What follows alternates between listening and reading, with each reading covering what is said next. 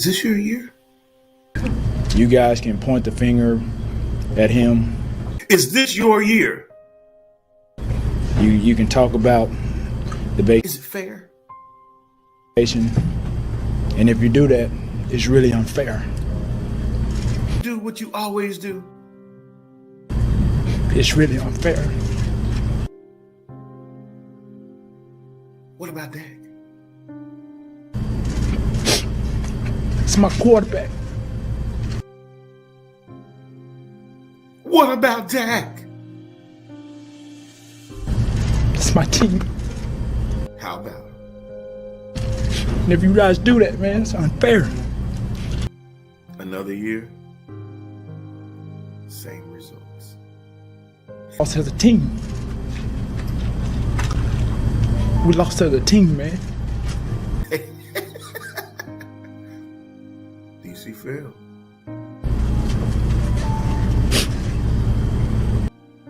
For L, fail.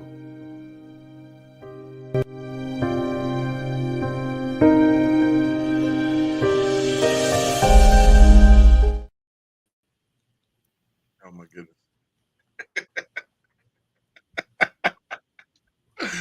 Oh my gosh. I had to do it. Welcome everybody to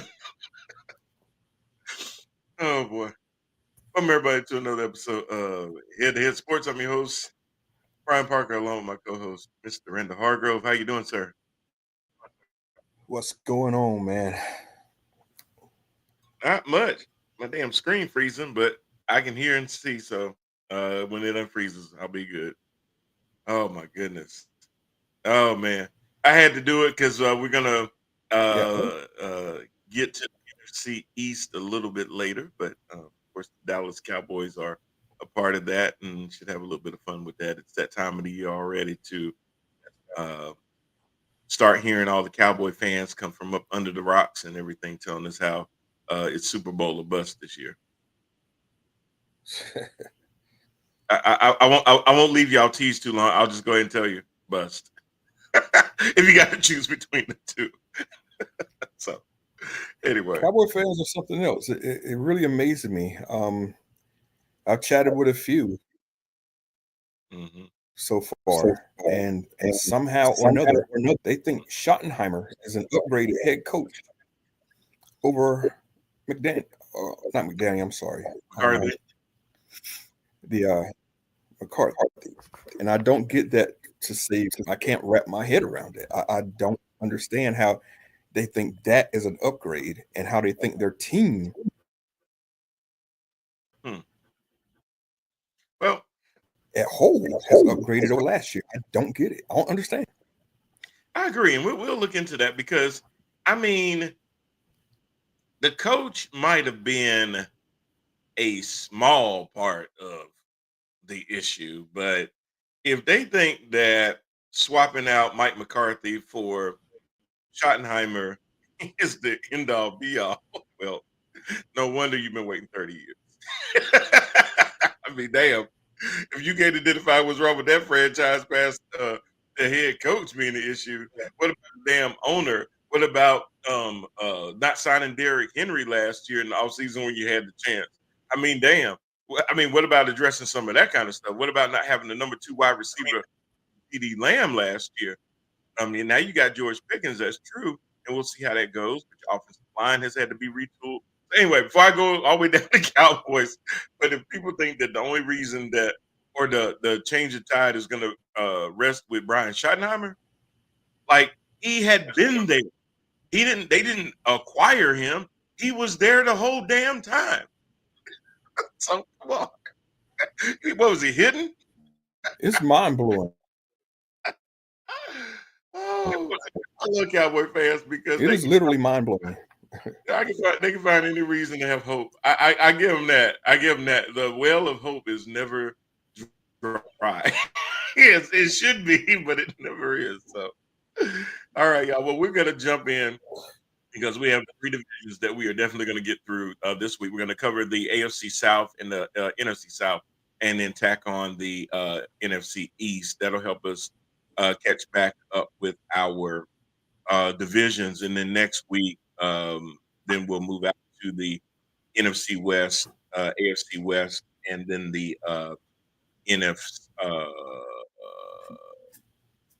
NFC East. I mean AFC East, and then that'll take care of all of the divisions because preseason ends this week. The teams will have a little bit more time, Rand, to get ready for the regular season that starts on September the 4th. It's going to be a Thursday night game between the Eagles and the Cowgirls. And then the rest of the games will get started on that Sunday. And then we'll also have our first Monday night football game of the year as well. So everybody programming note too is that with head-to-head being on Monday, as Monday Night Football approaches us, we will actually be trying to get out by 8:10, 8:15, give y'all time a chance to go get them Coronas out the fridge and warm up them nachos for Monday Night Football. So we'll try to have it all wrapped up by then going forward. But we're going to get into these divisions, and probably got about 21 minutes per division to kind of go through them and everything on average. So we'll get started with the AFC South. We have the Houston Texans, Jacksonville Jaguars. We've got the Indianapolis Colts, and we've got the Tennessee Titans. Randy, last year, the Houston Texans finished 10-7. I'm gonna have to put this back on my other screen. I have no glasses on. And there's no way where I can see. Okay, there we go. Jacksonville Jaguars finished at 4-13, and Tennessee Titans finished at 3-14. And that is the exact order they finished in, with Houston 1, Indianapolis 2, Jacksonville 3, Tennessee Titans 4.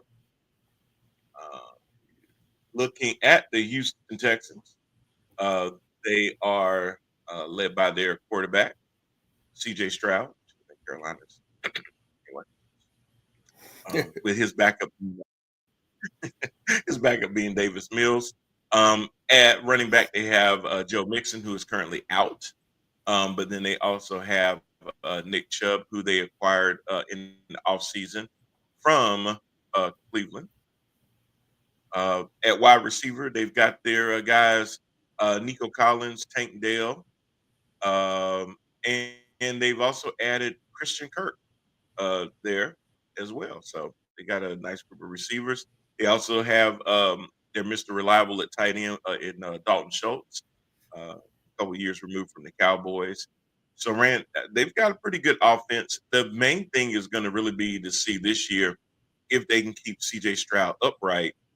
He faced a lot of pressure last year, not being able to push the ball down the field, having to get the ball out of his hands early, pocket getting flushed, having to abandon the pocket and try to create on the run and things like that, with mixed to lukewarm success at best.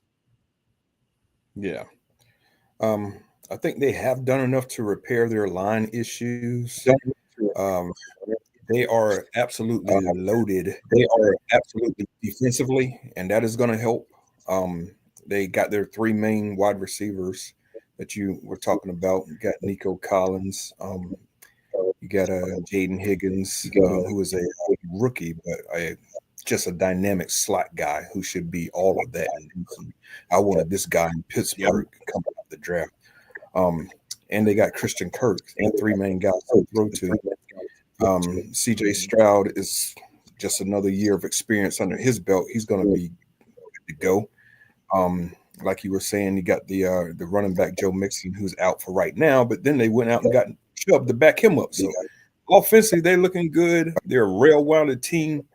As good as they look on offense, they're even that much more dynamic on the defensive side. I mean, they have playmakers everywhere. Oh yeah, Will Anderson is came out the same time as C.J. Stroud, so he's lining up. You got Mario Edwards, you got Daniil Hunter, who just signed like a $30 million contract, so he's pumped. You got C.J. Gardner-Johnson in the backfield. Oh my God, yeah, they got some guys out there. They got some guys out there. Derek Stingley Jr. Don't leave him out of that. You know how D'Amico Ryans is. He is a heavy defensive guy. Yeah, these guys are gonna be nasty, Rand. They are going to be nasty. So yeah, Houston, And Texans. plus, they're in kind of a soft division. This is a very weak division. Mhm. They should feast on this division. Yes, yes. And that's a great point because when you have a soft division, you have to take advantage of that because it's all, it's all about stacking up the wins. And especially in the AFC, there's been plenty of times when 10, 11 win teams don't get to the playoffs if you don't win your division. So you definitely need to stack up those wins. You stack them up early. You handle your business in your division and then worry about all the other teams after that. So um, they don't really need to split with a lot of these teams when it comes to head-to-heads. They need to take them 2-0 and really stack up um, and move that way. And they have the opportunity to do that. I don't really see anybody else in their division that I'm really worried about them splitting with. I'm a little on the fence with Indianapolis because I don't know what Indianapolis is really going to do. I think Jacksonville and Tennessee are still at least a year out from showing us really any kind of progress. But really, it's going to be up to and I even think Jacksonville may take a step forward and Indianapolis may take a step Oh, back. absolutely, And absolutely. we'll go with that because I currently got Jacksonville actually finishing number 2 and Indianapolis finishing 3. So That's which exactly how I have it lined up. We all know who's fourth place. exactly. So it's that's the only flip flop that I have is that I don't think Indianapolis did enough to maintain the 2, and I think Jacksonville just did enough to bump just enough, but neither really doing anything to close that gap with Houston. So Houston has a big opportunity to me to be. It would be hard to say go 6-0 in your division. I mean that's kind of crazy to say. But if there was any division outside of the NFC, well, I ain't gonna say the NFC South, any division out there that would have the ability to do that, it would be this one. It's Yeah. probably the only one that I could see that could actually do it. So, all right. Well, it's funny. Hey, y'all, and just to remind y'all, me and Rand do not go over our rankings before the show. So No. we find this out in real time, okay? So cat's already out of the bag. We already got the AFC South forecast at the same, which is really good. So anyway, let's take a look at those Indianapolis Colts. Again, they finished last year at 8-9, and even at 8-9, again tells you how bad the division is. That gave them second place. So there's not too many other divisions where 8-9 is going to give you second place, but it was enough, and it wasn't even close. The next team only won 4 games, so Yeah. again, very very soft division. This is going to be an interesting one, especially at quarterback, Rand, because the Colts decided, I guess, to get a $14 million insurance policy at quarterback by bringing in a former practice squad safety for the New York Giants, Daniel Jones. Sorry, that ain't right. Man, They did have him out there as a safety on the practice squad when they benched him, which yeah, that was hilarious. So Daniel Jones and Anthony Richardson have been battling for QB1. And they both have had some flashes in the preseason games and everything else. Brand, this is the thing that I even see on whether it's Get Up, First Take, some of the other shows, people going back and forth about Anthony Richardson. Do you start him? Do you start Daniel Jones? And if Daniel Jones starts going sideways, do you bring Anthony Richardson in to be more of the savior role? Or if you start Anthony Richardson, like I heard Adam Schefter say, if you start him and then at some point you have to pull him because of poor play, then it's almost like it's done. It's over. I don't know. It's going to be a hard one. I don't know. What do you think about this one? Man, just if he's healthy, go ahead and throw him out there game 1 to see what you have, because I'm already leaning in the direction as you have a bust. That's the direction I'm leaning. So Me I'm too. gonna allow him to prove me wrong if I'm them, Mm-hmm. and I'm gonna find out earlier rather than later, so I could fall back on Daniel Jones and then prepare for next season. That's the way I would do it. Exactly. And you know what, too, Rand? Because I'm gonna tell you, I agree with you 100%. The other reason too is I don't want Daniel Jones to start play piss poor. Then you bring in Anthony Richardson towards the end of the season when your season is already over. He wins a bunch of meaningless games for you, Yeah, and then you sit there and buy fool's gold and go, which I hope that ain't what the Panthers did with Bryce Young because he flashed at the end of the yeah. year. They ain't make I no was sense. just thinking the same thing. That's where I was going with it because I'm like, Yep, okay, I was just thinking the same thing. and then Yep. screw yourself for next year's draft when you could go get a quarterback instead of thinking, he did get them last 4 or 5 games. He ain't throw no interceptions. He ain't supposed to throw no interceptions. No, man, he ain't turned the ball over. He ain't supposed to turn the ball over. What do you want, a cookie? I mean, my Boy, God. I can't wait to discuss the NFC South, but continue. So I don't want that to happen. And then they missed their chance on saying, you know what? We gave Anthony a chance. We knew he was going to be a project, but we have not seen the progression that we really need to be able to see. The other thing is this is year 3. He's a first-round pick. In the offseason, y'all should be talking about contract extensions with the guy. Knowing if is he the guy? Are you going to pay somebody that has proven, and it's going to be funny because in this same division, we're going to talk about a player that has gotten paid as a top 5 quarterback and ain't won a damn thing in Jacksonville. Yep. Perfect segue.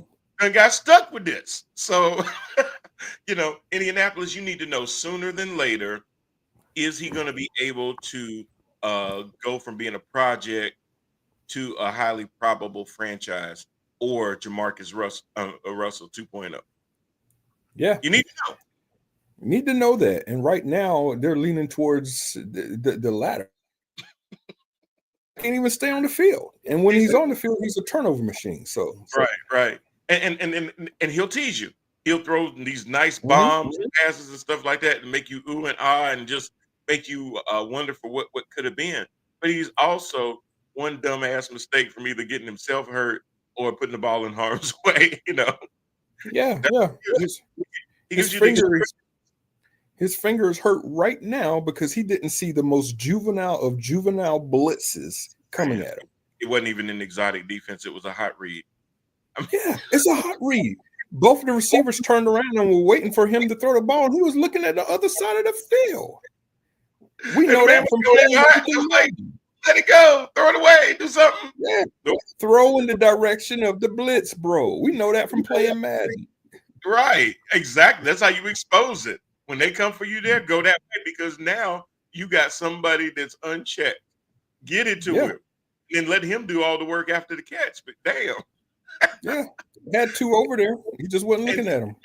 And that's the thing, Rand, is that look, before they even go to practice, they have film studies. They do a lot of actual studies about these defenses and stuff. Being able to have a good quarterback isn't just going into the huddle with a plan, but also being able to look at how the defense is lining up and make any pre-snap changes and stuff like that. You have to be able to do it. And yeah, he ain't doing. And you got to remember, this is preseason. They're not throwing out a whole bunch of exotic defenses at you. Everything's vanilla because number one, either they haven't installed everything yet, or B, they don't want to show their full hand before the season starts. They don't want to give a bunch of tape too early. Exactly. So for whatever reason, they sat there and threw some second grade stuff at him, and he ain't passed the test. Yeah, he failed a second grade test. You're right. Yeah, it's like, whoa, dude. So that doesn't say a lot. So I agree. I think they should start him. They've got Jonathan Taylor coming back at running back. They got Michael Pittman Jr. as a receiver, Josh Downs. So they got some firepower for him to be able to get it out there and everything else. So we'll see how that goes. I just don't have a lot of expectations for the Colts, and for the main reason is because of the quarterback. Not even the skill position, but it's quarterback. Daniel Jones ain't no, ain't no bargain either. I I mean, he's a capable guy at sometimes where he does better with his legs than actually throwing, but same thing. He's a turnover machine at times too when he gets flushed out of the pocket and has to make quick decisions too. Yeah. Um, so he had a hard time getting the ball to receivers too, whether it was Malik Neighbors, whether it was oh now I'm losing my man's name that had been there for years with the Giants before they let him go. But yeah, he's always had trouble getting the ball out to I think receivers. you're talking about Sterling Shepard, maybe. Earl, yeah, that's it. Exactly. So yeah, I don't have any faith in either one of them. And if they do progress a little bit again, I still don't see it as enough to overcome what D'Amico Ryans has going on in Houston right now. So but we shall. Like I segued into about overpaid quarterbacks that ain't shown me a damn thing. Even though he came out of Clemson with all this promise. See, people gotta be careful about promise and potential. It don't always come to reality. Yeah. And at some point, sometimes somebody's college game does not translate to the NFL. Is it too late to give up on Trevor Lawrence? No, but the problem is this: you paid him like he done something, and then you put Nick Mullins behind him, giving him no competition whatsoever. Yeah.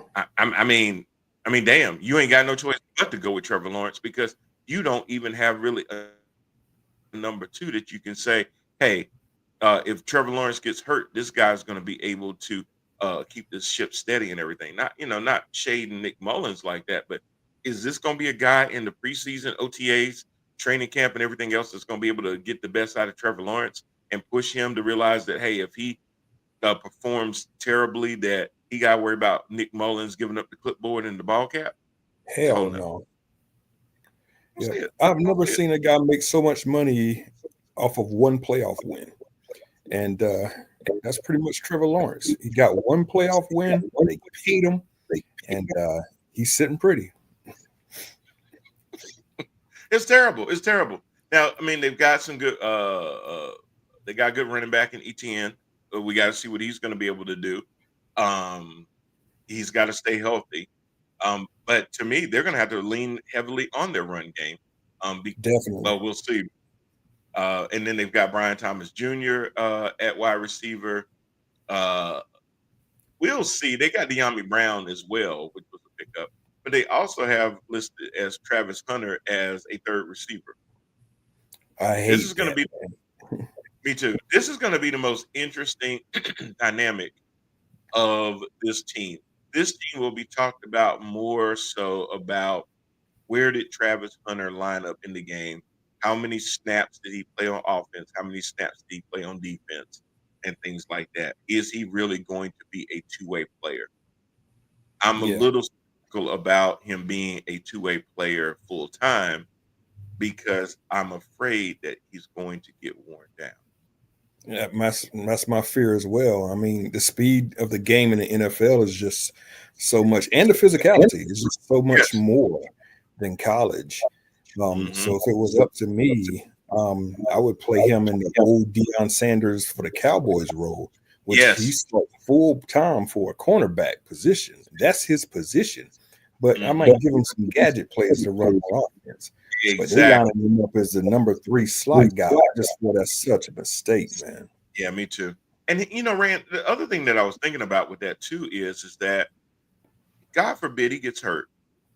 But if you lose him and you've given away a defensive position and an offensive position where you didn't fill it because you have him filled in for both, you lose him, you lose a player on offense and defense. Yeah. Now you can bring somebody up from the practice squad, but when he gets hurt, you're impacting both sides of the ball. Just as much as you are wanting him to positively impact both sides of the ball, he could also be taking a roster spot and be negatively impacting one side of the ball or the other. That is a good point, man. It's a very good point.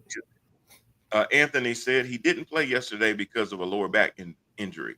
What's going on, Anthony? Travis Hunter going against great wide receivers. Good luck, dude. Yeah. I mean, look. I mean, when you got to start playing the Jamar Chases and the T. Higgins and the Justin Jefferson's out there and everything else. I know you had some good play in Colorado, man, but every week you're gonna be going against some of the best guys out there. I don't know Yeah, if you're you going will. against the primary, secondary, but even on a lot of teams, some teams there ain't that much drop off between the number one and the number two. You know, Robbie Jenkins, up guys, just popping in for a little bit before lunch. What's going So, on, Robert, Robbie? Good to see you, buddy. yeah, I agree with So that, yeah, Brian. It's just to me, he would serve so much more as a full-time defensive player rather agreed. than playing a little bit on defense and a Absolutely. little bit on offense. Yeah, they got him down as a cornerback as well, behind Jerry and Jones in the depth chart. So we'll see how that goes, man. But outside of Travis being on that defense, I ain't really scared of this defense. Not at And I damn all. sure ain't really scared of the offense, but they got to rely on ETN getting a lot of yards. ETN can catch the ball out of the backfield and everything else, but for him to be successful out of the backfield, you got to be able to have that threat at receiver as well. That's what's going to open it up. That's where Trevor Lawrence is going to be able to thrive if he can, or be able to have a tight end that's going to be able to get off the blocks, come in for some quick slants, and be able to move the chain so you're not putting so much pressure just on the run and the running back to have to get a lot of those hard yards. ETN is really, really good straight up the middle and getting those hard yards, but you want him to pull off 6, 7 yard, 8 yard chunks every play. It ain't going to happen like that. He's one of those No, backs that'll wear you down, but if you looking for him to like bust out like a Derrick Henry, take a 2 yard and then go, 30, 40 yards, that's not going to happen like that. no, he's not a tackle So I breaker. just don't know if they have enough firepower to be able to come with the running game. Nope. And without that firepower in the running game, it's going to affect the pass game too. So, you asked me something last week about Yep. the Steelers and their quarterback situation. And it's, would I rather go through maybe a 4-13 season and to be able to land the quarterback that we need as far as the franchise guy. And I thought about it until I landed on Trevor Lawrence. It's just like, you could go through that 4-13 season to put yourself in a position to draft a quarterback. But then what happens if you take a Trevor Lawrence? You're still in the same stuck spot that you've always been in. So I guess as a Steelers fan, I would rather them to continue to make the playoffs, look for their quarterback at the same time. Maybe luck up on finding that quarterback of the future rather than just lose a whole bunch of games to put yourself in position to draft a quarterback, because the draft is just not guaranteed anymore. Now that's a good point, but what you're going to end up then doing is constantly looking for the veterans that you end up taking aren't going to be that bridge quarterback. You're looking for somebody that's going to have to do like a Jared Goff. Had some success, team decided to move on. They still got a lot of tread on the tires and could be your quarterback. If it's not for 10 years, maybe it's for another 4 to 7 years. Yeah. You're going to be looking for that kind of guy. Got to get lucky, Instead man. of Either bringing way in- you do it, you just have to get lucky. And there's no, I guess. Think about it. New Orleans did that with Drew Brees. He came from San Diego. Exactly. A little bit, and then he ended up winning the Super Bowl when he goes to New Orleans. Yep. And he stays with New Orleans for over a decade of good football. Sometimes it just takes luck. Like, sometimes it just takes that. Look what the Steelers did with when was it? 2021 draft. Maybe 2020, I believe. They lose enough games to put themselves in the 20th position as far as the 20th pick of the NFL draft. With that 20th pick, they take the first quarterback off the board. First quarterback off the board ends up Kenny Pickett. And he does nothing for them. Yep. You just never know. He's on his third team. Yep, he's on his third team now. You just never know. So I would rather just keep on winning games. rather than go through some 4-13 season. I just can't do it. No, I get it. And you know what? It's even look, I think depending on what team I ask that question, I think I'll get two different answers. And I'll give you a perfect example. If I ask the Jacksonville fan that question, they say, yeah, go ahead and lose some games because they ain't used to winning. Yeah. if somebody asks the Carolina Panthers fan that, they're gonna say, what's the difference? What's the difference? Right. Yeah. Y'all gonna probably only win 4 games anyway. Go ahead. You'll do it without trying. So that does make sense. That makes a lot of sense. I mean, even like if I thought about like the 49ers right now, they're one of those teams too, where they've had so much success at winning. They don't want to sit there and talk about no damn rebuild, even if that's what they're doing and what they have to do. The fans don't want to hear that because they equate their franchise to winning. So, Exactly. and then trying to hinge all your hopes and everything on an untested quarterback from the draft is not going to sit well with those fans anyway, because their level of patience isn't going to be the same as a Jacksonville or Carolina. One of those teams is not used to winning. Them fans going to expect, oh, you drafted him that high? You better show me something right now. You got that right. Today. That is true. That's true. That's a good way of looking at it too. So I can totally respect that. All right, the last team in this division is going to be the 3-14 Tennessee Titans ran. And of course, the biggest thing that they did in the offseason was they picked the least talked about number 1 draft pick I've ever seen in God knows 40 years. Has to be Cam Ward. I hear very little about Cam Ward because you hear more about Shedeur Sanders, Tyler Shough, Jackson Dart, Dylan Gabriel. I don't hear a damn thing hardly about Cam Ward, and that's crazy because he was the number 1 pick. You're right, man. We were just discussing that. There, right? He's still there. Yes, it works for him. You know, I'm sure it's good for him. I'm sure it's good. Hey, keep me under the radar because hell, he probably saying, "Look, I just hope that I break the curse of Bryce Young and Caleb Williams because the last 2 number 1 picks ain't been a whole lot to talk about." No, man. So, you know, maybe just not being overhyped and everything else will give him the opportunity to just be able to learn and grow. Of course, he's going to start on day 1. He's got Brandon Allen behind him as well as Trevor Siemian. Will Levis is on IR out for the season. Tony Pollard and Tajay Spears come back as the running backs. You've got Calvin Ridley, Tyler Lockett from Seattle, and Van Jefferson as your receivers. You got Chika Okonkwo as your tight end as well. So he's got some toys to play with.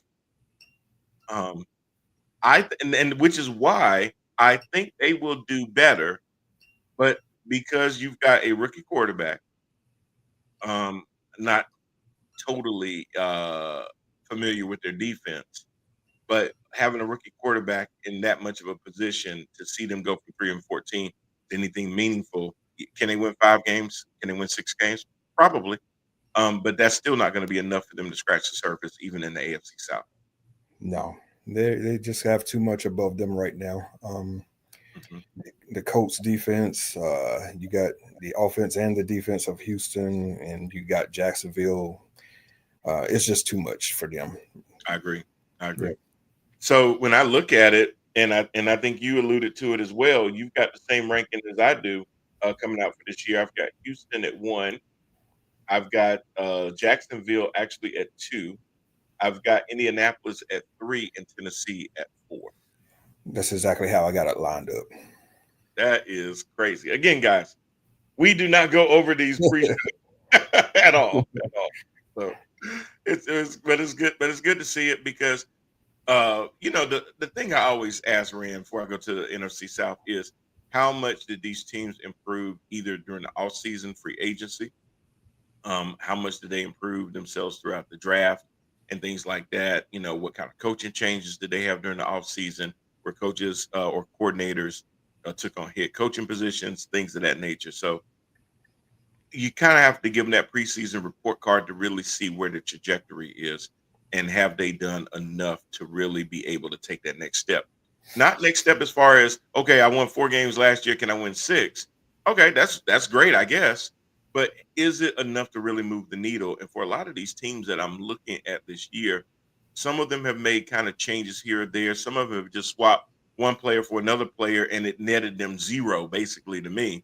Um, um, and how many of them actually said, yeah, we added Saquon Barkley, we added Derrick Henry to a team that's really going to push us over. Perfect example, and we'll get into them next week, will be like the LA Rams. Okay, you lost Cooper Kupp, you got Devontae Adams. Okay, great. That's a good trade. You know, something like that. So we'll see how those things come out. Dallas Cowboys, Lord, I hate to give them credit, but adding George Pickens, I think that's going to help them. I know it's going to help CD Lamb to be able to do a little bit more than what he's been able to do. So I see changes like that as being positives. Now they got other things on their team that may keep them from overall advancing, but when you look at different swaps and stuff, you kind of have to see if those moves are actually pushing the needle or not. And you know, when I go back to Tennessee, I think getting Cam Ward in there at quarterback, we'll see, because I thought Will Levis might be a decent pick for a while, and it just didn't work out. So again, college is one thing. We'll see what they do when they get to the pros. Yep. All right. Well, let's switch gears. Let's go to that terrible NFC South that we all know and love. And last year's division, we had the Tampa Bay Buccaneers. Oh, and Baker Mayfield is definitely another example of a guy that's kind of been passed around and has kind of found his second act as a decent quarterback for a franchise as well. It looks like they have figured out what Baker does well. They've leaned into that, and that has panned out for them. So they finished last year at 10-7, first in the division, followed up by the Atlanta Falcons, again, another 8-9 team that came in second, like the Indianapolis Colts did. You've got 2 5-12 teams, the Carolina Panthers at 5-12, as well as the New Orleans Saints. That's how they shook out last year as well. I know one of them was technically 3 and the other was 4. I just can't remember how it shook up, because I know it probably Carolina finished 3rd. Carolina was 3rd? Yeah. Okay. So that it'll, once they tie the same record, then it comes to head, and then sometimes division record if it's still a tie, conference record if it's still a tie, so on and so forth. So, all right, well, let's look at those Dirty Birds down for 3.5 hours down 85 Ram. We got Michael Penix Jr. Taking the reins from Kirk Cousins last year, and now translating into his first year as a full-time starter. Kirk Cousins is still on the team because they gave him so much guaranteed money that the only way for them to really get rid of him is some team is going to have to absorb a whole lot of salary. Kirk Cousins' agent should be in the Hall of Fame for negotiating all of the franchise tags and salary that Kirk Cousins has made over the years. This is like a real estate agent that can sell primetime real estate on top of some swampland. They have made this man a whole lot of money. He ran the 3rd quarterback on the Atlanta Falcons. I did not know this until just now, because I'm so used to seeing him with the Rams. We have an Easton Stick sighting. Whew, yeah. And Easton Stick sucked horribly over the weekend. Just let me throw that out there. I just love the name Easton Stick. That's just hilarious, though. I always get kicked when I say Stick. Anyway. So Stick is there at 3rd, but Penix is going to be in this offense. You got Bijan Robinson and Tyler Algier, both now veterans in that backfield. A good 1-2 punch for them if used correctly. They really didn't change their receivers a whole lot. You still got Drake London, Kadero Hodge, Daryl Mooney, Ray McLeod, and even at tight end, you still got Kyle Pitts. And we are definitely looking for this to be Kyle Pitts' breakout year. Another freak of nature physically that has yet to really do anything. Now, I can't blame him totally, because when you look at Desmond Ridder, you look at Heineke, you look at some of these other quarterbacks that he's had to try to get him the ball. Well, I mean, damn. So Right. let's see what the chemistry between him and Penix comes out to, and will he be able to use him, especially in some of those third and short situations when they just need a few yards to keep the chains moving. Kyle Pitts is a good blocker, and he is a good receiver. I just don't understand why it hasn't translated on the field yet, outside of the fact that he's had some sucky quarterbacks. Yeah, I don't get it either. And when this guy came out of college, he was supposed to be all world, and just they were talking about maybe he'd be first overall as a tight end. Yes, but we just have not seen that. I want to before when he was in college, I was wanting Carolina to take him. Yeah. I was like, please bring him, because going into Carolina, I was thinking, man, we need a replacement for Greg Olsen, and this dude can freak of nature. Yep. His measurables were just off the charts. So number 6. Yeah, and really, this is, to me, for him, this is going to be that make it or break it year. No more excuses. I mean, you got your quarterback. Hopefully, they have another year of being in the system where they can get the most out of him.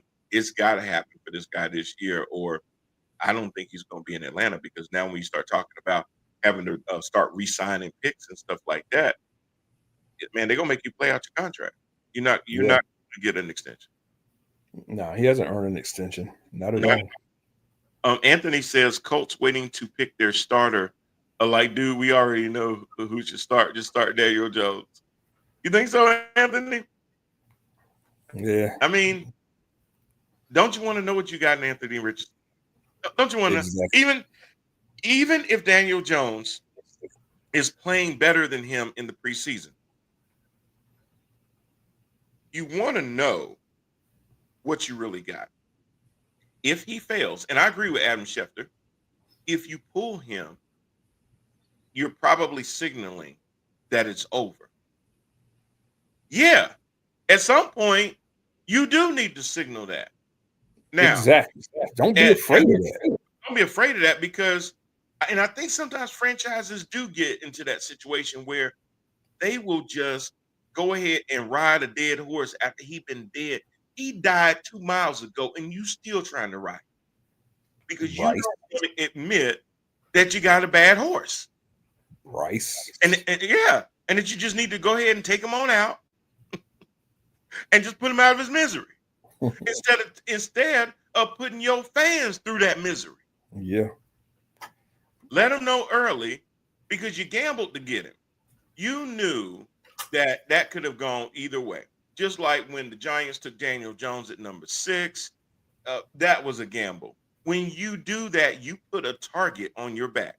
When the Carolina Panthers took a 4'9" quarterback with the first pick and gave up all these draft picks, they put a damn target on their back.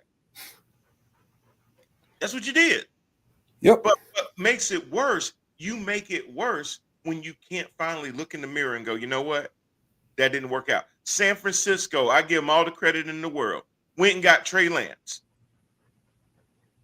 Gave up a bunch of first-round picks for him.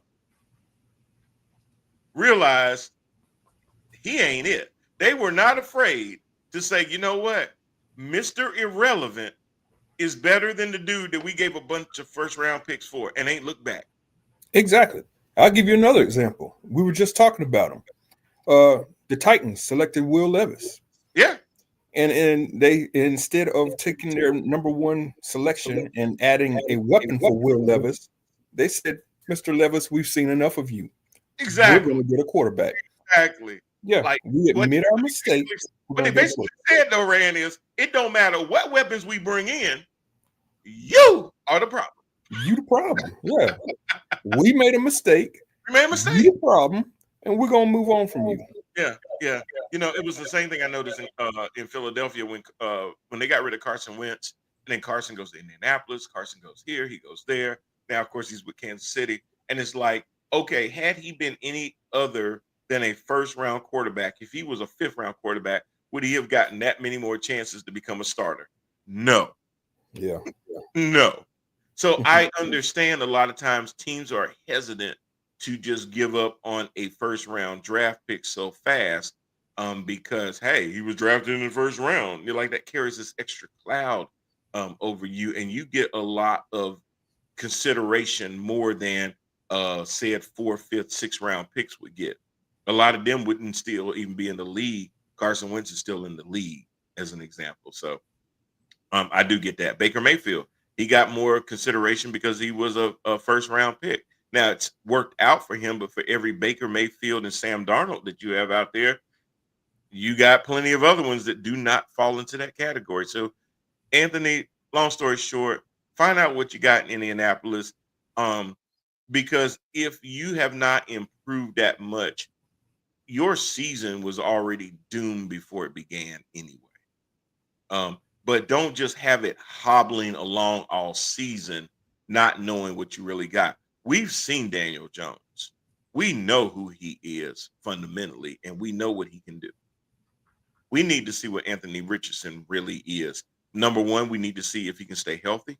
Number two, we need to see if he has developed into a pocket passer where he can pick up defenses, where he can go through his reads and make the right choice, whether he can make good decisions, whether the play is there, throw the ball away, keep the ball out of harm's way, protect the football. We need to see that and be able to say, and then the Colts can then say, we gave him every opportunity. We even brought in a veteran behind him to push him, and it still did not work. Yep. That's what you need to do. That's exactly what they need to do. Rip the Band-Aid off, bro. Let him go. See what he got. He been healthy all preseason, OTAs, mini camps, training camp. Let's go. Yeah. Let's ride. You got some rookies that are starting. He's in his third year, and he ain't a starter. Yep. Now, I'm just looking this over, right? What if the Titans had hid Will Levis behind the current starter at the time, which was Ryan Tannehill? Yes. What if they had just, we're gonna play it soft, we're gonna start Tannehill, then we'll bring in Levis, and we'll see what Levis has. But if things get rough for him, we'll pull him back out. We'll put in Tannehill, or we might start Malik Willis. Now, no, would they even have a Cam Ward right now if they have done that? Nope. No, they would still be trying to determine. We've seen little flashes to give him hope. To give them hope. They still be trying to determine what Levis is. Yeah, let's address a edge rusher, or let's get us a wide receiver. And the whole problem was your quarterback. Mm-hmm. So yeah, I know teams don't like to give up on players and stuff like that, but this is a person that touches the ball every single snap. You got to get that right. It is hard to find a franchise quarterback. If it was easy, more teams would have franchise quarterbacks. So you got to continue to keep trying to find you a person that's going to be able to be on your team for 7 to 10 years as a franchise. But as far as with these Atlanta Falcons ran, I mean, yeah, I'm thinking this offense is going to step up with Michael Penix. I think he's going to be able to push the ball down the field. I think he's got some capable receivers on the edges. Drake London continues to get better. Darryl Mooney is performing pretty well as well. So we'll see how they go. Even Ray McLeod, keep him from returning punts. He does okay. Sorry, Ray. I'm still gonna give it to you. He keep from returning punts. He's all right. I don't know too much about the defense. I don't see too many names on that defense that I can even tell you what this defense is going to be. They're in a base 3-4 defense. We'll see how that helps them. But to your point about the AFC South, same thing with the NFC South. This is a very, very fluid division. It can be won, I ain't gonna say by anybody, but it is a very weak division. Yeah, again, it is. Tampa got in at 10-7. A lot of divisions, that's not enough. 10 wins will get you in the NFC South most likely. But again, it's going to come down to being able to win in your division before you even worry about your conference. So we'll see how the Falcons do with that too, Rand. Let's take a quick look though at the New Orleans Saints because they've drafted Tyler Shuck as their first round pick. But right now, you got him behind Spencer Rattler. Jake Hayner is number 3. You've got Alvin Kamara coming back as running back. Man, how much tread does he have left on them tires? One of the receivers that I had so much promise for, and I think it's just because he ain't had a good quarterback, it's Chris Olave. Y'all are wasting this man. Wasting his whole career. He is a bad dude. Yeah. I still see that. I see flashes of it, but he could be doing so much more. Oh my God. I didn't even realize they picked up Brandon Cooks. But they got Brandon Cooks on the team too. He will not be on any of my fantasy teams, by the way, Rand. Just to let you know. Because he'll be hurt by week 3 anyway. He'll be hurt by week 3, and I'll be sitting there with like, damn, what am I do? Do I keep him on the back or what? So he's always that deep threat if he's ever there. So Brandon, I ain't falling for your crap this time. I ain't drafting you. So I'm gonna draft Easton Stick over you. 6 sticks. I'm gonna put him Stick. So you got Rashid Shaheed, another good receiver too, and they've also picked up Donovan Peoples-Jones. Yeah. So they got some pieces. They got Juwan Johnson and Taysom Hill, Foster Moreau as their tight ends. Of course, we know what Taysom Hill is and what he does for them at tight end position / quarterback / running back / punt returner / left guard / center. So he does a lot. You know, maybe Travis Hunter can play both ways. Taysom Hill been doing it for a damn a long time. So for real. I mean, my God. But you know, but he got a built body for it though too. I mean, hell, do you want to see Taysom Hill running downhill on your ass? No. Nah, I'm good. Okay. I'm okay. So yeah, they've got a decent offense. Again, their issue is who's under center, who's going to be the quarterback. Spencer Rattler. I mean, is that your guy? Do you want to drag your rookie out on day one? I don't know. The defense is really getting old in the tooth. Cam Jordan is still out there. Carl Granderson is still out there. Chase Young is now playing for them. Who the hell is Kool-Aid McKinstry? Their whole defense is some underachieving garbage. Let's just call it for what it is. Crazy. They're either underachieving or they're old. Yeah. The best thing about them is perhaps I don't even know. It's definitely not Chase Young. His days are over. Yep. As I'm going through the roster, I just don't see it. I mean, Rand, it to me, the Saints are going to take a step back. Well, I mean, they can't take a step back. They finished last. I think they're still going to finish last. Because the only way the Saints can win games and meaningful games at that is the offense is going to have to be like Detroit was last year, where the defense ain't good and they just going to have to just put up a whole bunch of points. Meaning that when it's 4th and 1, 4th and 2, the coach is going to be like, what y'all looking at the punt team for? Get your ass out there. Yeah, and they do not have the quarterback play to be able to do that. I mean, they got one of the worst quarterback situations. But then you know what the call is going to be? It's going to be some kind of either Taysom Hill play or Alvin Kamara play where they got to see if he can get them 2 yards and that 1 yard on 4th and 1. Yeah. It's going to be a quarterback sneak by Taysom Hill. It's going to be something like that because then turning it over to your old ass defense is not going to go well for you. And again, this is the other thing that I look when it comes to defenses and offenses. Is this a team that can play from behind?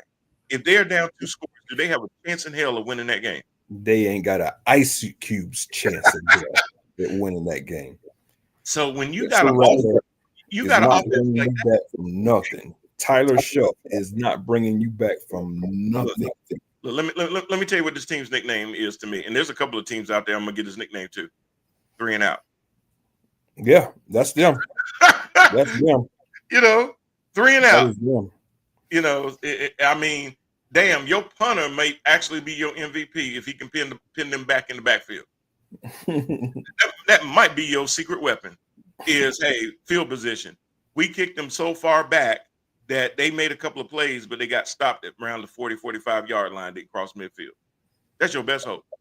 It's ugly in New Orleans, man. It is. Yeah, that's pretty terrible. That is pretty, man. Y'all just gave not Kellen Winslow, Kellen Moore, just a horrible situation. I think. I don't think he's going to have a really, really good season. I don't think he's going to be up for Coach of the Year honors either. No. Safe bet. That's the same word. Yeah. Oh Lord, I'm not even Nostradamus today. All right, let's finish up the NFC South with the wonderful juggernaut known as the Carolina Panthers. Let's get to it. Let's get to it. And we can start at the number 9 jersey, if you would like. That's right. Only sold in small and medium small sizes.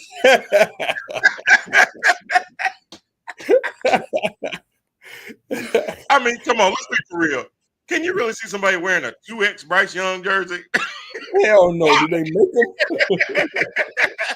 It's sacrilegious. Bryce Young, damn, what's that, a pajama? I didn't even know they made them that big. Dude, for me, everybody, and I think you're on the same path from just hearing you talk. Everybody seems so sold on Bryce Young based on how he finished down the stretch last year. Really? And to me, finishing down the stretch last year is one thing. If a team could do that, maybe that whole team could, roll over into the next year. But an individual, you just never know, man. So we got so many people thinking Bryce has finally got it. He's got it. He's got it. He's now the franchise dude. I still am not sold. I need to see it this year for the entire season before I make up my mind about Bryce Young. Right now, I'm still. I can't even say I'm on the fence about him. I'm still sticking to the bust category. Me too. Because look, it's the same rationale behind why you don't give a player too much credit in the preseason. There's no pressure in the preseason. By the time Bryce Young came back in, they weren't playing for a playoff spot. Thank you. Where was their season when he came back? He was playing for some personal pride, but it wasn't going to be as if he came in and pulled a Joe Flacco and got a Deshaun Watson team that was supposed to be Deshaun Watson's team to the playoffs once Deshaun got hurt.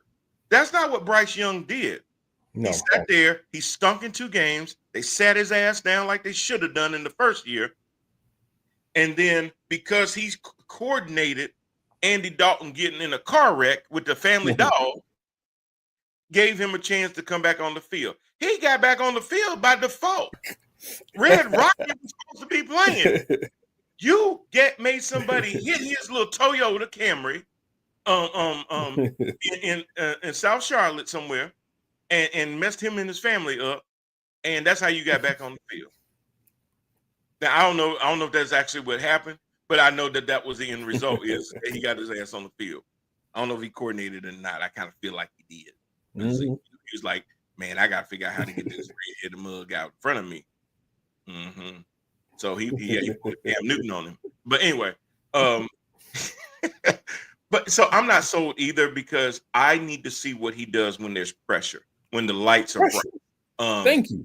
When everybody is looking at him, when the season is 0-0 and you got a chance to start racking up wins, what are you going to do then? Mm-hmm. I need to see that.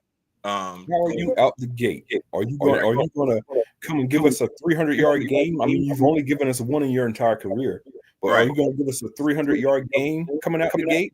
Or are you going to cry the first interception that you throw, take off your helmet, and literally look like you're going to cry? And the coach has to come and console you because that's a problem. That's a problem. Oh, yeah. And I really need to be able to see, what plans they have for him. He was a reluctant runner, and I didn't need him to run just to run for his life. I needed him to run with a purpose, run to roll the pocket, run to then be able to move the defense so he can have clear passing lanes, be able to use his legs, step up in the pocket, manipulate the pocket, buy yourself some time so when those edge rushers come to the backfield, you're gone. You're not there anymore. They've overran the play because they were expecting you to still be there like the pinata that you've been, and you manipulated the pocket. Be able to use that. But when you're already less than 6 feet tall, you've got to be able to do those things so that you can have a better clear line of sight. I have not seen him do that enough to make me think that this is something that he's put together yet. So to your point, Rand, like I told somebody else the other day, the good thing about the Panthers is you'll know within the first game or two what the rest of the season going to look like. You're exactly right. And people want to say, oh, Rand's a Bryce Young hater. No, I'm a Carolina Panther fan. They're my second favorite team in the NFL. I want them to succeed. Right. Bryce is a nice dude. I want him to succeed. I just don't know if he will. I'm going to be pulling for him. I'm going to be pulling for the Panthers. I hope they go out there and win that first game against Jacksonville. Will they do it, though? Man, I don't know, man. I don't know. Damn, if you can't beat Jacksonville. Let me ask you this. You could go up and down the rosters for every NFL squad at quarterback. And you, as a football fan, would probably be able to tell me what each starting quarterback does well. Simple question. Yeah. What does each starting quarterback do well? What does Bryce do well? I don't know, because I hear this myth about how when he was at Alabama, now he'd been removed from Alabama, but I hear about how cerebral he was, and he was just able to process and this and that and the other. I've not seen it. I haven't seen that at the pro level. But I hear that, and even if he is, look, Tony Romo is a better analyst than he ever was a football player. Hell, Dan Orlovsky is a better analyst than he ever was as a football player. That does happen. Yep. But that doesn't mean that, on the field, being a good processor and an athlete is the same thing. It can be, but they're not mutually exclusive. I think that he may have those traits, but he's got to be able to then put it together on the field. I just think he can't see. Robbie says, I didn't know LeBron James started playing football. I haven't seen nothing on Bryce doing anything positive yet, to answer your question, Rand.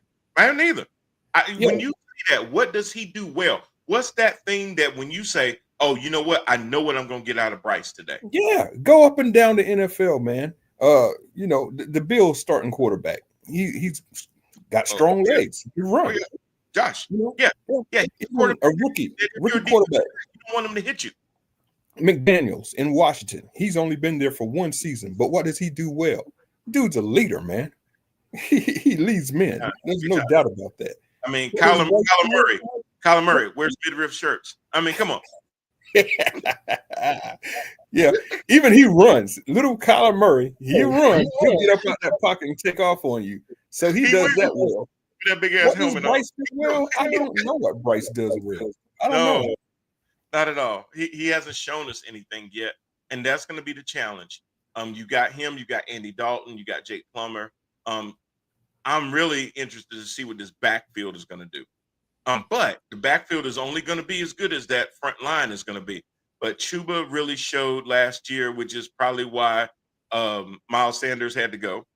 But Chuba really showed himself to be running back number one. Kind of did a swap because now we have Rico Dowdle from Dallas. But then we also have Trevor Etienne, a name that should sound familiar. It's with his brother down in Jacksonville. So that's going to be interesting. We play Jacksonville, and the Etienne brothers are going to be out there. And then, of course, you got Blackshear as another running back who's also going to play a lot of special teams. I really want to see that because I think if the running game can really get going, that can take some pressure off of Bryce Young. But I still want to be able to see him push the ball down the field because you have a stud in Tet Mack. Yes. I need to see this. You got Jalen Coker out there. You got Jimmy Horton. You got Adam Hunter Renfro. Again, the same thing I said for Anthony Richardson. You ain't got no excuses, bro. Zero. Leggy, Dillon, Renfro, McMillan, Coker, Jimmy Horn. Stable. stable of Stable. wide You receivers. even got Sanders at the tight end. I ain't say Tommy Tremble, but you got Sanders. You got some now. Now I ain't gonna lie. I need to see Icky rebound from last year because it looked like trash. I need to see Aquano do something this year, or Mhm. Brady Christian coming for your job. Yep. But you got a good center. You got Corbett. You got Robert Hunt. Hopefully he's healthy at the right guard. You got Moten back out there. Hopefully he stays healthy. You got all that going for you, bro. Your line is going to be good. Excuses are out the window for Bryce Young. If your line doesn't have to change every single week and everything else, you have no excuses on the offensive end at all. None. At all. You ain't None. even got to be extra special. You just got to be competent. Yep. Win the division. That's all. I'll be pulling for the Panthers, like I said, but no strong prediction for the Panthers from me. They got to show me. They got to show me. Yeah, I'm giving them 5 games. Hell, they won 5 last year. I'll give them 5 again.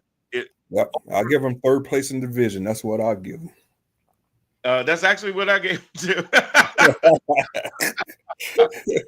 Robbie says I got the Panthers win over 3.5 games. Oh, easily. All right. Well, yeah, I'll give them that because I think they can get that out the division. Yeah. If they don't win any other games, I think they can get that out the division. Yeah, they could easily beat the Saints twice. So exactly, and I can see them either splitting with the Falcons. Yeah, exactly. Yeah. So maybe not totally 3.5 out the division, but at least 3. I don't know what they're gonna do with Tampa Bay. That's gonna be a little harder. They do have a 3-4 defense for the Panthers. Everose, I guess, finally gonna. I saw him run a lot of 4-3 last year, so I'll be interested to really see if he's been talking about 3-4 for 2 years. We'll really see if he's going to do it this year. I have not seen it yet. We'll see if J.C. Horn can stay healthy. They got Derrick Brown. Hopefully he can stay healthy. Bobby Brown. Hopefully it'll be his prerogative to stay healthy as well. We got Ralph Tresvant too. Yeah. You know Johnny Gill was one of the free safeties. And on the special teams, of course, you got Bill. They're good on on sunny weather days, but can they stand the rain? Can they stand the rain? I tell you what, if Bryce Young don't sit there and get his stuff together, he's gonna be Mr. Telephone Man.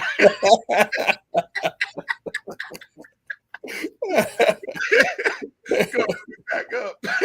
Oh man. I'm here all night, ladies and gentlemen. So wrapping up the division, I've got it where I've got. Oh God, I didn't even go to the Bucks. Somehow I missed Tampa Bay. Oh my gosh, we know the Bucks gonna finish first. We ain't got to spend the whole lot of time there. You got Mike Evans coming back. You got Godwin coming back. They are still going to be, to me, the team to beat Rand. The way I got them lined up, I still got Tampa Bay finishing number 1. I got Atlanta finishing 2. Carolina at 3 and New Orleans at 4. Once again, 100%, bro. That is That is hilarious. That is hilarious. All right, let's finish it up with the NFC East. This is going to be one of the crazier divisions because I honestly think it's going to be a little competitive at the top.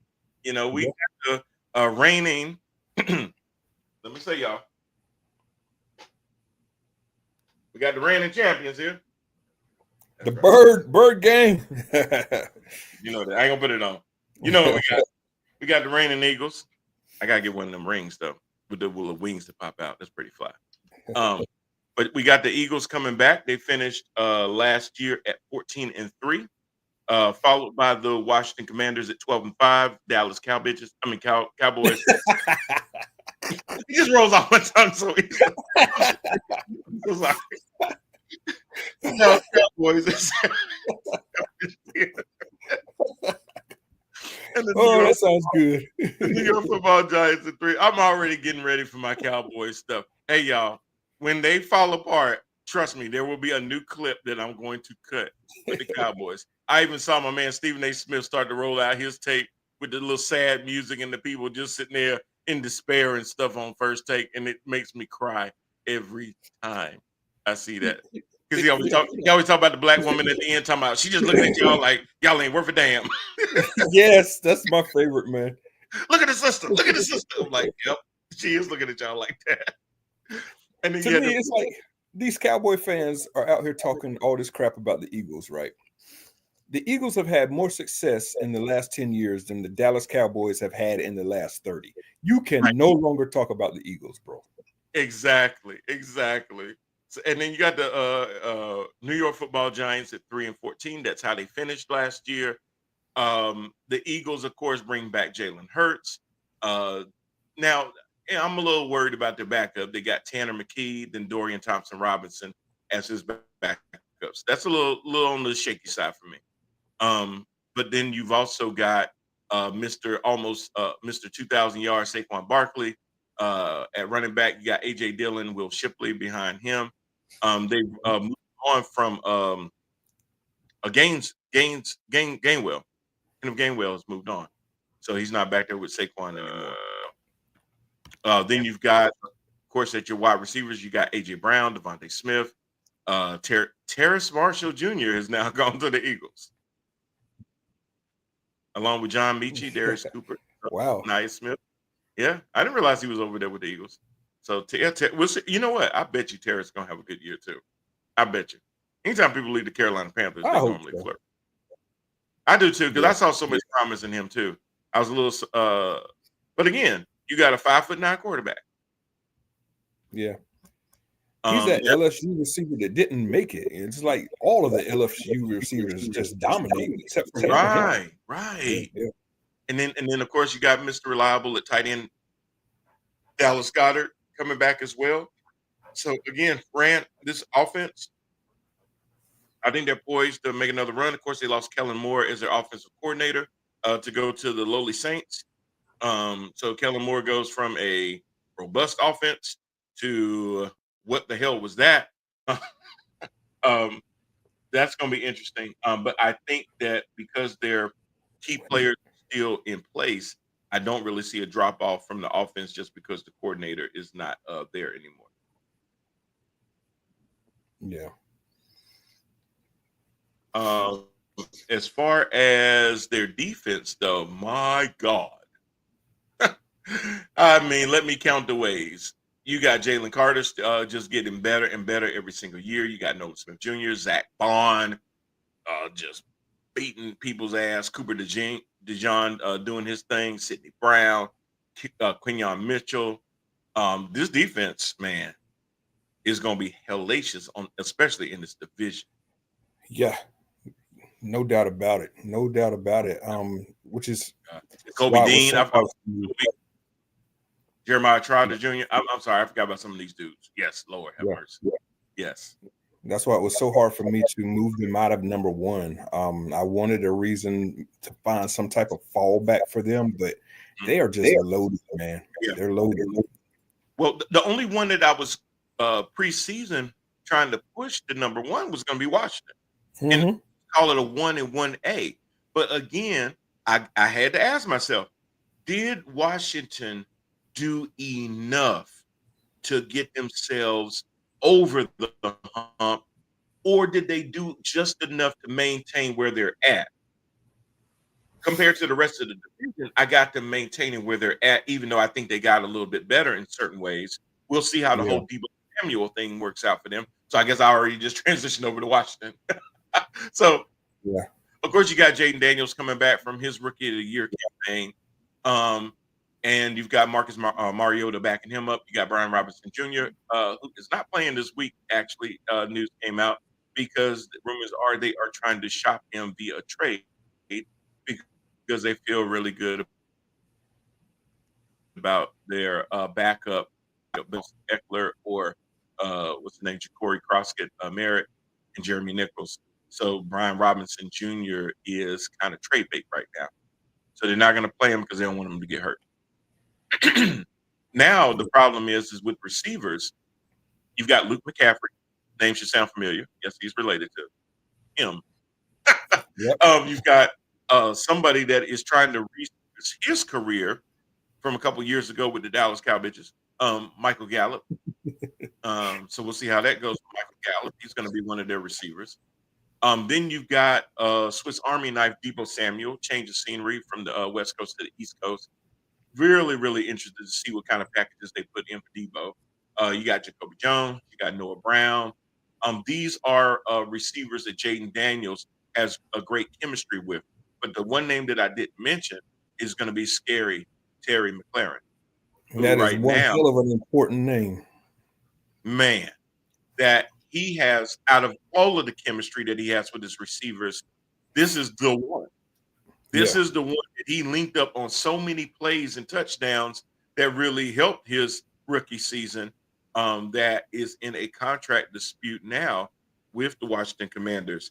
This is why I'm feeling like the closer we get to the start of the regular season, if McLaurin isn't re-signed, if McLaurin hasn't been participating in practice, even if you get him out there like they did with CeeDee Lamb the day before the damn game almost, he hadn't had a lot of reps. He's going to be rusty. If he starts to sit out games, now you've taken a weapon off of the table. So did you do addition by subtraction? You bring in Debo, but you lose McLaurin. What did you gain? Yeah, you didn't gain anything. Debo and Jaden may not have that same. No, you ain't gaining anything. So that's my worry with them is now, will it be enough to be able to be better than the Giants and the Cowboys? I would like to think so. But you don't really know how much that chemistry goes through the whole team. From everything that I've heard about Terry McLaurin, everybody on the team loves him. Yes, great teammate. And that could be one of those things that have some serious repercussions with it. So that'll be something to really watch. Getting him signed sooner than later should have been a priority. It should have already happened because now you're going into your third and final preseason game. He wouldn't have probably been likely to play but a series anyway. But now you're not going to even get the benefit of that. He's going to come into the season, if you do sign him, with little to no reps. And that chemistry has to be there. That timing has to be there and everything else. They're not just going to be able to pick up where they left off. Most likely they need that time together. I know that they're a little scared because of his age and everything. He is looking for some DK Metcalf money. But we always know when it comes to the players, the biggest thing that they're really looking for is the guarantee. You can give me a $10 billion contract, but if it ain't but $20 million of it guaranteed, it don't really matter. Yeah. They need to take care of this like sooner than later. They need to go ahead and wrap this up because I mean the success of their whole season really depends on this. It really does. It does. I like what they have defensively. Yes. They got a lot of names that I recognize. Javon Kinlaw to stack up that middle. They went and got Von Miller for pass rush situations. Frankie Luvo. Yep, still got Bobby Wagner out there. They got Mike Sandersteele is one of the best slot nickelback corners in the whole league. Yep. So I really like what they have defensively. I do like what they have offensively as well, but they got to get McLaurin back there. They got to get Scary Terry back, man. They do. That, and to me, Rand, that's the difference between them splitting with Philly and going 0-2 against Philly. Exactly. Yeah, no doubt about it. That's how big Terry McLaurin is to this team. So, like I said, I hope that this needs to be done like tonight. Don't even waste another day. It needs to be done because the regular season, for all intents and purposes, is 2 weeks away.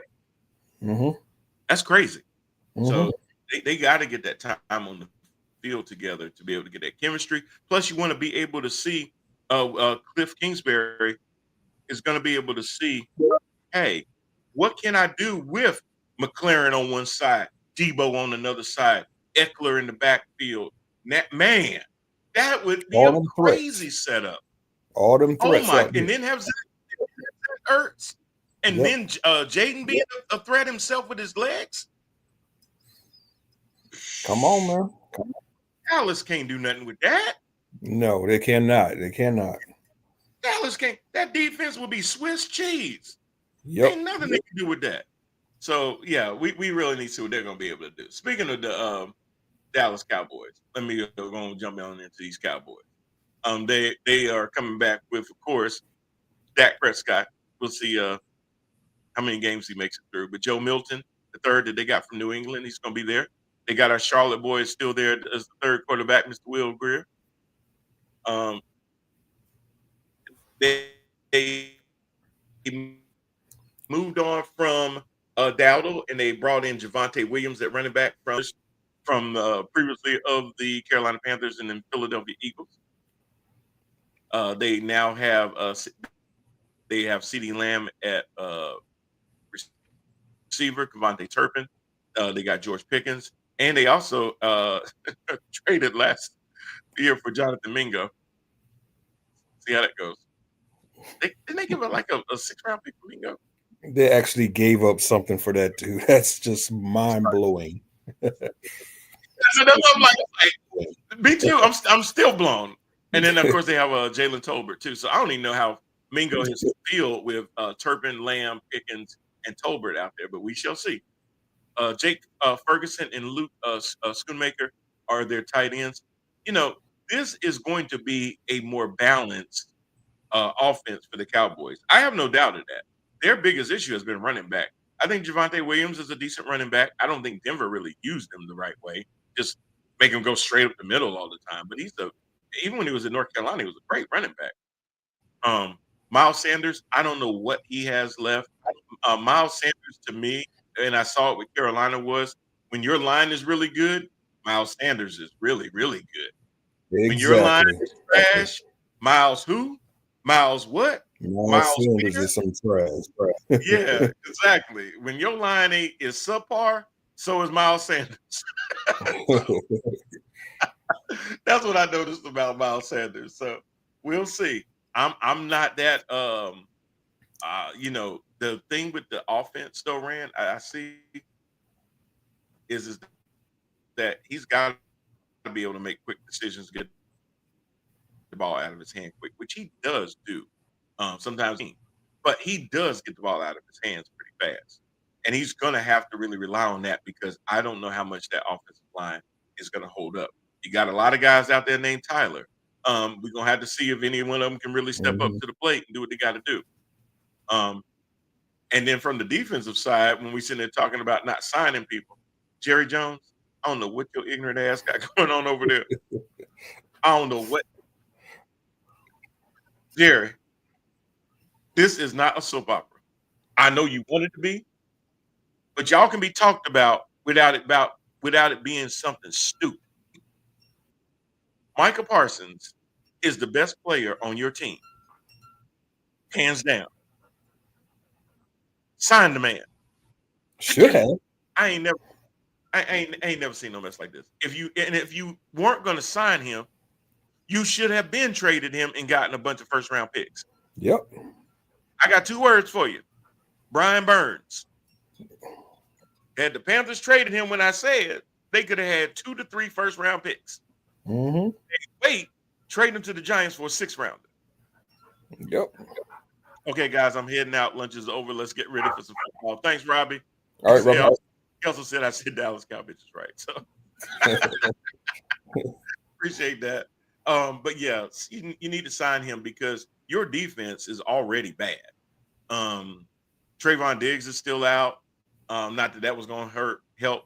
Deron Bland is still there. You've got some other guys out there, but Rand, they cannot stop the run.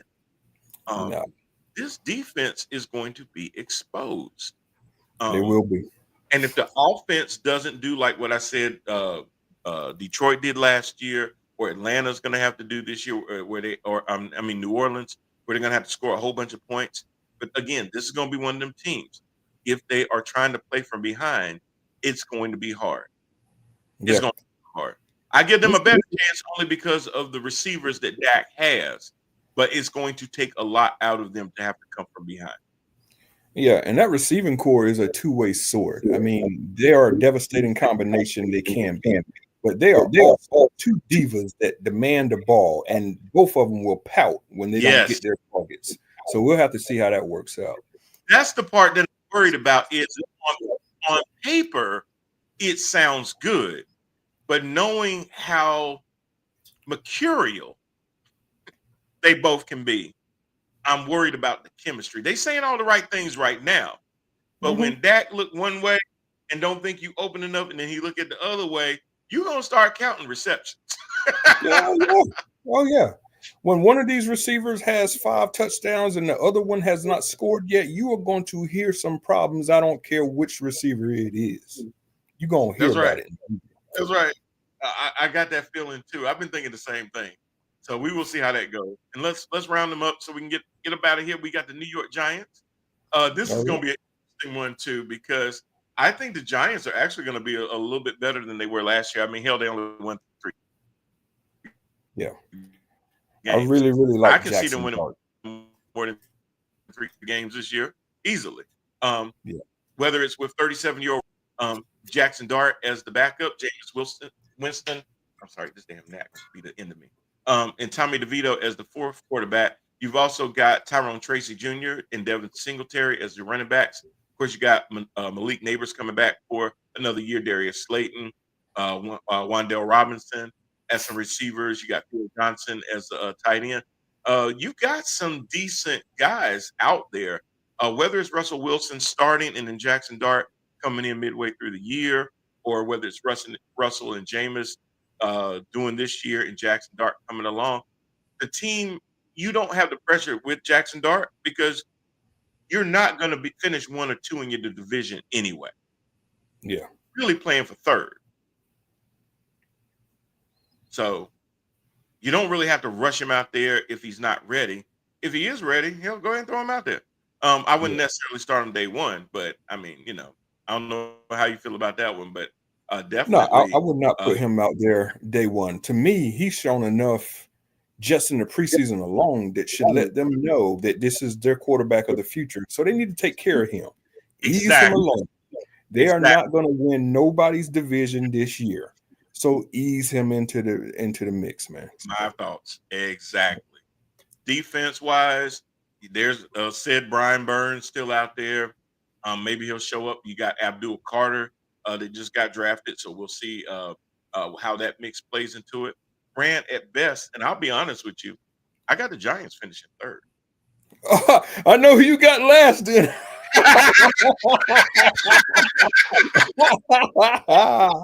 Oh, man. And I'll be honest with you, I really did put some thought into this to go, did the Cowboys do enough to maintain 3rd? I feel like the Giants put more into draft and updating their quarterback position. If you ask me quarterback-wise, who's stronger, Dallas or the Giants, I'm going to tell you the Giants got a damn stable right now, quarterbacks. Yeah, they do. Yeah. I don't care who the receivers are. If your quarterback is trash, it don't matter who the receiver is. Mm-hmm. If Sam Darnold didn't step up last year, Justin Jefferson would not have had a good year. Mm-hmm. It matters who the quarterback is. So I looked at that. I looked at the defense. I trust the Giants defense more than I trust the Cowboys defense. Oh, no question. Ryan Daboll versus Shotty. I trust Daboll. No question. So I know it sounds like, he just hate the Cowboys out of it. I do. I really, really do. However, I looked at it and I said, you know what? I got the Eagles clear number 1. I got the Commanders clear number 2. Mm-hmm. Did the Giants do enough to improve? Enough to improve, yes. Enough to vie for 2nd? No. But could they get to 8 wins, 9 wins? Yes. Do I feel that the Cowboys can get to 8, 9 wins? No. And also the strength of schedule. The Cowboys have a rough-ass schedule. Mm-hmm. I saw that. That's the other part of it, too. So when I looked at it, I said, yeah, it's going to sound like Brian just downing on the Cowboys. But no, really. I got them Eagles, Commanders, Giants, and Cowboys. And don't get me wrong. I got the Giants and the Cowboys damn near neck and neck. But I think they're going to split their division game. Mm-hmm.